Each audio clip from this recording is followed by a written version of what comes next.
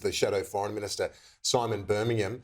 You're there for a Democratic Union conference. I'll get to that in a moment. But on what the Prime Minister has said this morning in relation to Israel, he says it's not good enough to say in relation to the death of Zomi Frankham that this is something that happens in war. He said it's a breach of international law. Do you agree?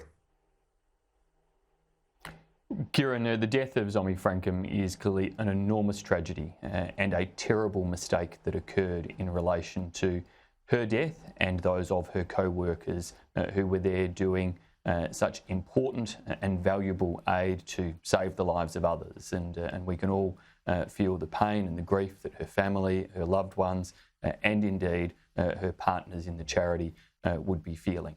It's absolutely appropriate that Australia should expect there to be a full and thorough investigation, and that we should expect there to be transparency around the conduct and the findings of that investigation. And Australia Do you would agree with the expect Prime Minister no that less you can't in relation simply to say this was a mistake in the fog of war? Well, Kieran, the tragic reality is that mistakes do happen in war.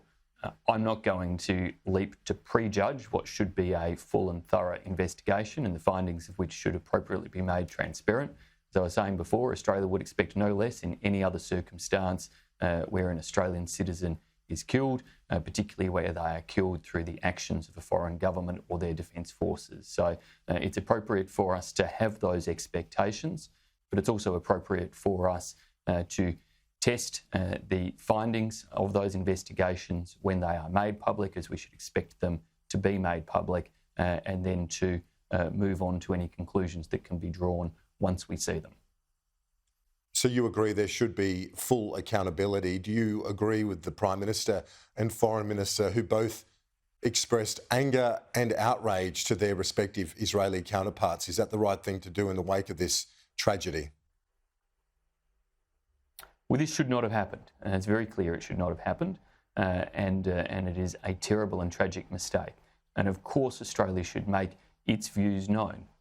Now, this is part of a tragedy that goes all the way back to October 7, and the way in which the war in Gaza is conducted is made all the more complicated by virtue of the fact that Hamas didn't just start this conflict on October 7 through the tragic killing and slaughtering of innocent Israeli civilians.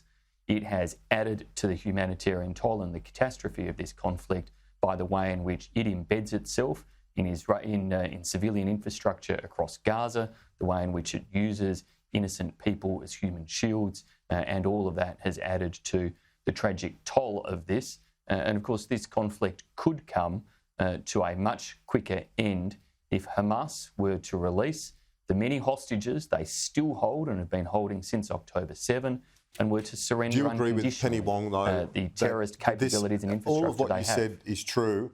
Absolutely, everything you said there is true, but it wasn't relevant to this tragedy, because the car was marked.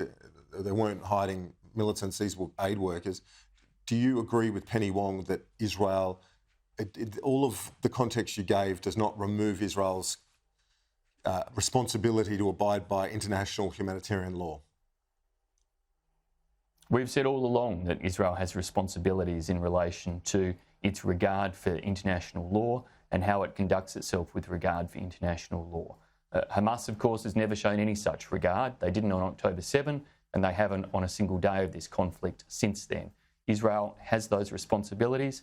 We would expect them to be respected, and that is why we should have, in relation to this tragic incident that has occurred and this terrible loss of life that has happened on top of all of the other terrible loss of lives that have occurred throughout this conflict, we should expect that thorough investigation. We should expect it to be transparent, and we should take appropriate steps once it is made transparent to make assessments of any consequences. A war crimes investigation, that Zomi Frankham's family supporting a war crimes investigation, would you?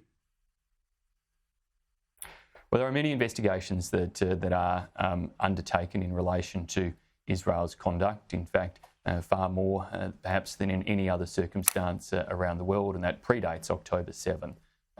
As for this, as I just said in response to the previous question and have said a couple of times, we should expect this to be a full and thorough investigation. We should expect it to be transparent, and then conclusions can be drawn about the next stages. I want to ask you quickly, we're almost out of time, but the International Democracy Union, you're there speaking alongside Peter Dutton, comes at an interesting time internationally, 75th anniversary of NATO, and at a time when US support for NATO can't be guaranteed.